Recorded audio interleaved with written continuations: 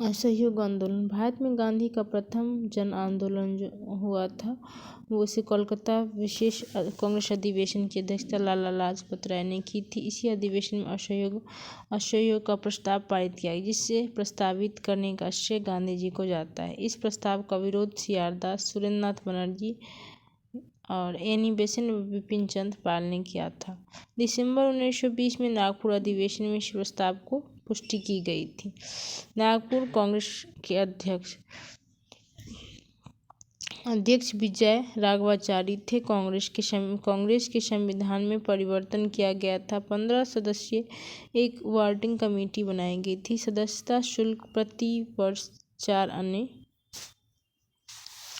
दी जाते थे। असहयोग आंदोलन का औपचारिक आरंभ 1 अगस्त 1920 को हुआ, लेकिन तिलक की मृत्यु हो गई थी। तिलक कोष में 1 करोड़ लक्ष्य के साथ बनाया गया था। 1 करोड़ रुपये लक्ष्य के साथ बनाया गया था तिलक कोष।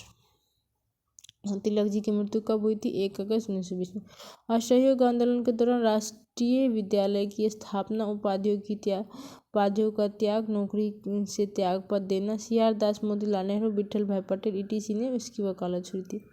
सुरेंद्रनाथ बनर्जी ने 1918 में इंडियन लिबर्टी एसोसिएशन कांग्रेस छोड़कर बनाया, क्योंकि 1918 में बम्बई कांग्रेस विशेष अधिवेशन हसन इमाम की अध्यक्षता ने बनर्जी के प्रस्ताव को स्वीकार कर लिया था। स्वदेशी शिक्षा को बढ़ावा देने के लिए 1920 काशी विद्यापीठ, गुजरात विद्यापीठ, देवघर विद्यापीठ, 1920 में जामिया विश्वविद्यालय ईटीसी बनाए गए थे। विदेशी कपड़े की बर्बादी, जैसे टैगोर ने इसे निष्ठुर बर्बादी की संज्ञा कही थी, जबकि महात्मा गांधी ने कहा था विदेशी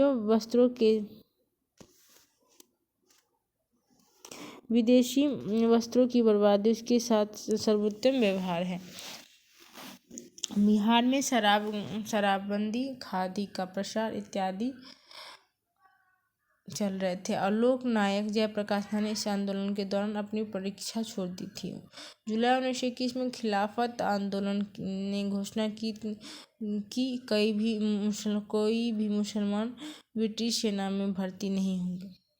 प्रसार। पहली बार इस आंदोलन अखिल भारतीय स्वरूप में था। पंजाब में लाला लाजपत राय, जिसे अकाली आंदोलन का नेतृत्व किया था। संयुक्त प्रांत में जमींदारों का विरोध और आंध्र प्रदेश में चिराला पिराला आंदोलन, नगरपालिका टैक्स चुकाने से इनकार किया था। असम में चाय बागानों के मजदूरों ने हड़ताल की थी। बंगाल में किसान में यूनियन बोर्ड को कर देने से मना कर दिया। केरल में मप्ला विद्रोह हुआ था। 1921 में जमींदार विद्रोह आंदोलन चलाया गया था। बिहार में छपरा में राहुल सकृत्यानंद ने किया था। बिहार के पंडौल में विद्यापति ने किसान आंदोलन का नेतृत्व किया था।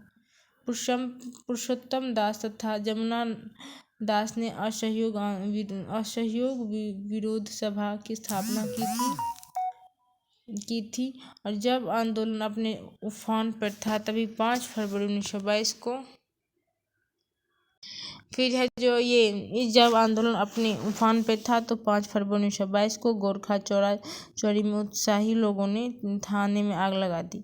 गांधी जी ने इस घटना की निंदा की तथा 12 फरवरी 1922 को बारदौली कांग्रेस की प्रस्तावना से डॉक्टर मुझे इस प्रस्ताव को दिया, इस आंदोलन को वापस ले लिया।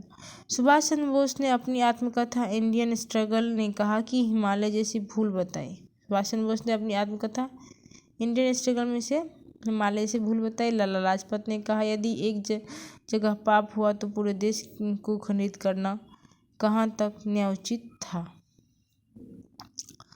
अब है 1923 से 1930 तक गांधीवादी चरण में राष्ट्रीय आंदोलन। 1922 में असहयोग आंदोलन की वापसी के बाद कांग्रेस कई गुटों में बट गया था। अपरिवर्तनवाद।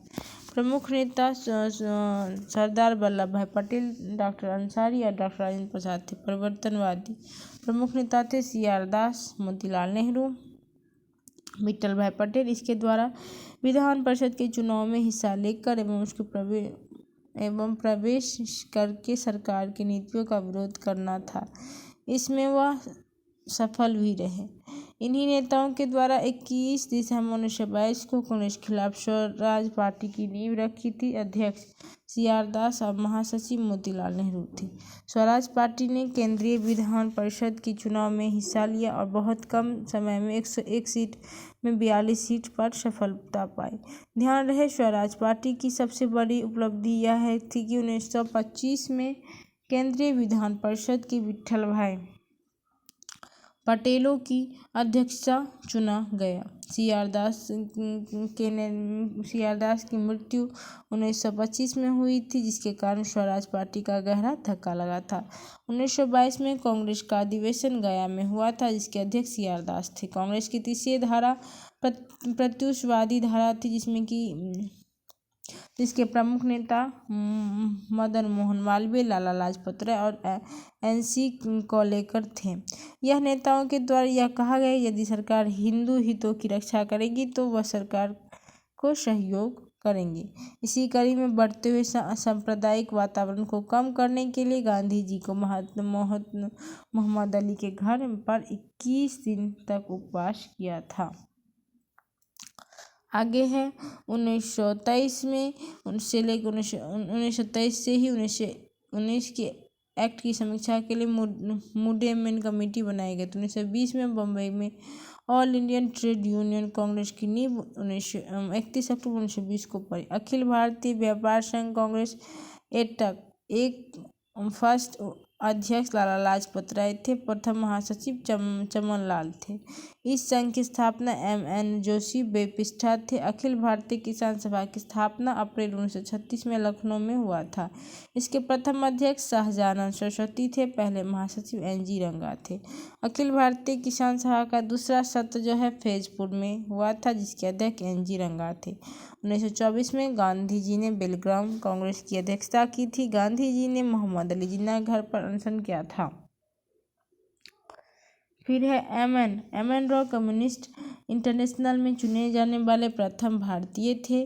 कम्युनिस्ट इंटरनेशनल की स्थापना 1919 में लेनिन ने किया था मॉस्को में। हिंदुस्तान प्रजापार्टी संघ HRA हिंदुस्तान रिपब्लिक एसोसिएशन की नींव रखी गई थी। 1925 में पहली भारतीय महिला कोकिला सरोजिनी नायडू को पहले भारतीय महिला कांग्रेस के अध्यक्ष कानपुर अधिवेशन में बने।